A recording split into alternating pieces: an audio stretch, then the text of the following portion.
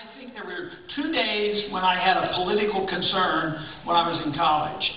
I had remembered World War II and the end of World War II, remembered Korea and the end of Korea. No, it hasn't ended yet. I forgot about that. But it was in 1956, and maybe some of you know exactly what the political event of 1956, and it had to do with the Suez Canal. The taking over the Suez Canal, and the British and the French went in there, and they were not going to give up the Suez Canal to the Egyptians. And it wasn't going well, so they went to Eisenhower and said, "Come in here and rescue us." And when that announcement was made, that's when my ears perked up, because I knew there was a draft in World War II, and I knew there was a draft in Korea. I'm going to get drafted, you know, and called into this. Fortunately, Eisenhower said, "No way, I won't have anything to do with it."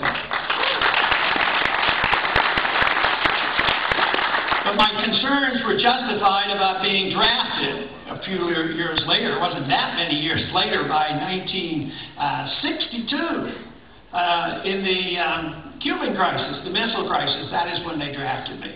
I finished my medical school, and I was a medical resident up at the Henry Ford Hospital in Detroit, and got my draft notice.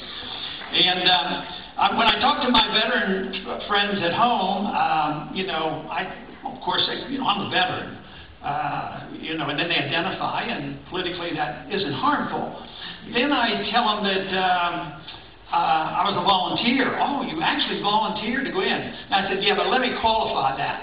Because I got this draft notice, and it said, you're drafted as a buck private in the U.S. Army.